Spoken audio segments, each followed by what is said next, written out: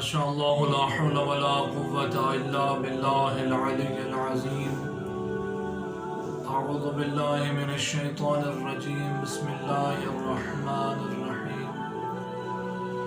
الحمد لله رب العالمين، الصلاة والسلام على رسوله الكريم أبي القاسم محمد وعلى آله الطيبين الطاهرين المعصومين، ولعنة الله على أعدائهم أجمعين. أما بعد، فقد قال الرحمن في القرآن: بسم الله الرحمن الرحيم. ولتكن منكم أمة يدعون إلى الخير ويأمرون بالمعروف وينهون عن المنكر وَأُولَئِكَ هُمُ الْمُفْلِحُونَ.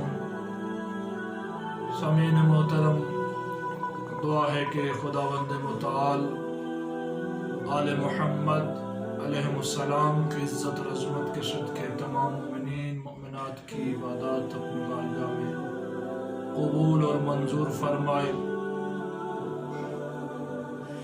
خالق کائنات اپنی لاریب اور مقدس کتاب میں امر بالمعروف اور نہی عن المنکر کے بارے فرما رہا ہے، اور تم میں سے ایک ایسی جماعت ہونی چاہیے جو لوگوں کو نیکی کی دعوت دے، امر بالمعروف اور نہی عن المنکر کرے، اور یہی لوگ جو ایسا عمل انجام دیتے ہیں وہی نجات یافتہ ہے. امر بالمعروف یعنی اچھی چیزوں کی تلقین و وصیت، نہی عن المنکر یعنی برائیوں سے روکنا اور منع کرنا. ان دو اہم امور کی انجام دہی کسی خاص عمر کی محتاج نہیں ہے، کیونکہ حضرت لقمان اپنے بیٹوں سے فرماتے ہیں: یا بنیا اقم الصلاۃ وامر بالمعروف وانہا عن المنکر. امر بالمعروف مکتب سے عشق و محبت، لوگوں سے عشق و ارادت، معاشرے کی سلامتی کو دوست رکھنے کی علامت، اور آزادی اظہار و بیان، دینی غیرت مندی اور لوگوں کے درمیان دوستانہ تعلقات کی نشانی.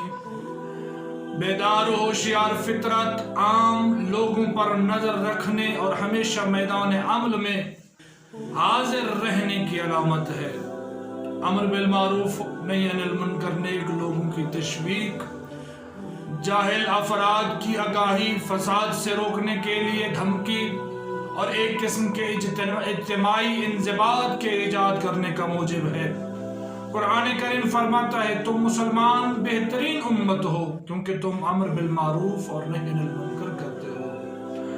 حضرت علی علیہ السلام فرماتے ہیں: امر بالمعروف اور نہی عن المنکر معاشرے کی عمومی اور سب لوگوں کی مصلحت ہے. جیسا کہ دوسری حدیث میں بھی پڑھتے ہیں: جو شخص برائی اور منکر کو نہ روکے ایسے شخص کی مانند ہے جو کسی زخمی کو سڑک پر چھوڑ دے تاکہ وہ مر جائے. بعض پیغمبروں جیسے حضرت داؤد، حضرت عیسیٰ علیہ السلام نے ان لوگوں پر جو نہی عن المنکر نہیں کرتے لعنت بھیجی ہے. امام حسین علیہ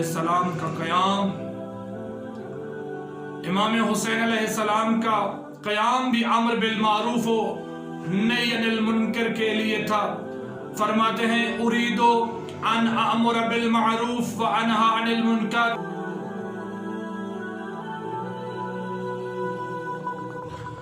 گناہ کے مقابلے میں سکوت، خاموشی اور بے توجہی سبب بنتی ہے کہ گناہ کرنا عادی اور معمولی ہو جائے. گناہگار جرت و جسارت پیدا کرے، ہم سنگ دل ہو جائیں، شیطان راضی و خوشنود ہو جائے اور خداوند ہم پر غضبناک ہو.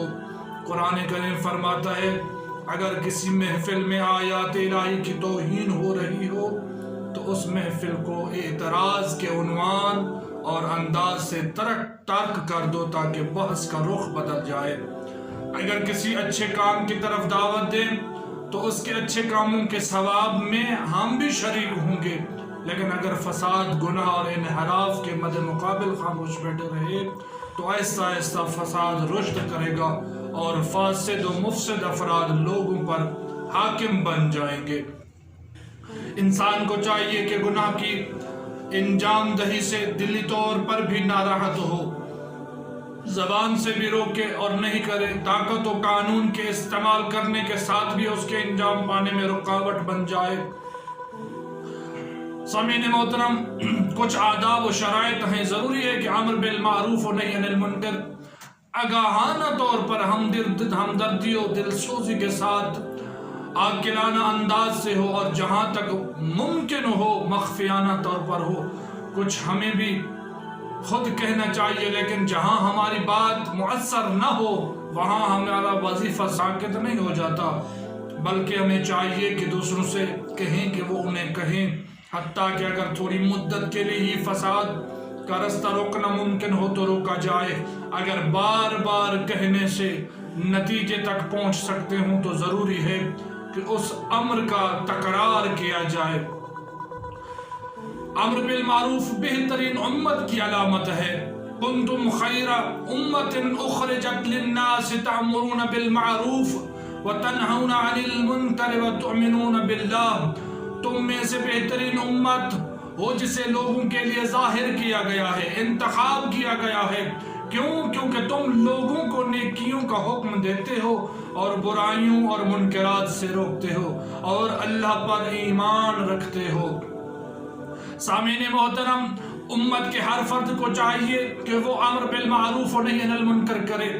امر بالمعروف میں عمر، منطق، رنگ و نسل، علم اور اجتماعی و اقتصادی مقام و حیثیت کا کوئی اثر نہیں ہے۔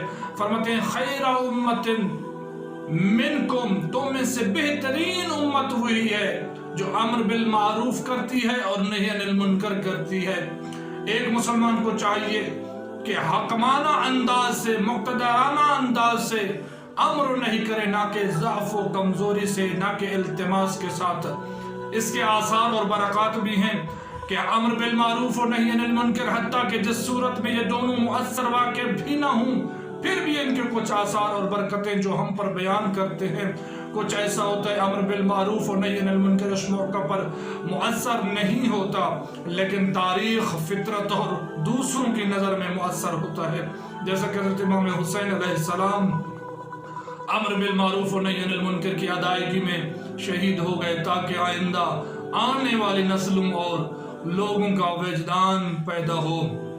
سامعین محترم، اگر امر بالمعروف اور نہی عن المنکر انبیاء کی سیرت مان کر اختیار کیا جائے، چاہے دوسرے لوگ دھیان نہیں دیں، قرآن کریم متعدد بار ارشاد فرماتا ہے لوگ پیغمبروں کی باتوں اور نصیحتوں پر کان نہیں دھرتے تھے، ان سے روگردانی کرتے تھے۔ انبیاء الہی امر بالمعروف و نہی عن المنکر کی ادائیگی کے راستے میں شہید ہو گئے، تاکہ راہ حق و حقیقت باقی رہے اور معاشرے سے نابود ہو جائے یہ منکرات و برائیاں۔ خالق کائنات سے ہم دعا گو ہیں، خدایا بحق آل محمد ہمیں امر بالمعروف نہی عن المنکر کرنے کی توفیق عطا فرمائے۔ تمام مومنین و مومنات کی عبادات، طاعات اپنی بارگاہ میں قبول و منظور فرمائے۔ خالق کائنات ہماری دعاؤں کو اپنی بارگاہ میں قبول و منظور فرمائے۔ والسلام علیکم ورحمۃ اللہ وبرکاتہ۔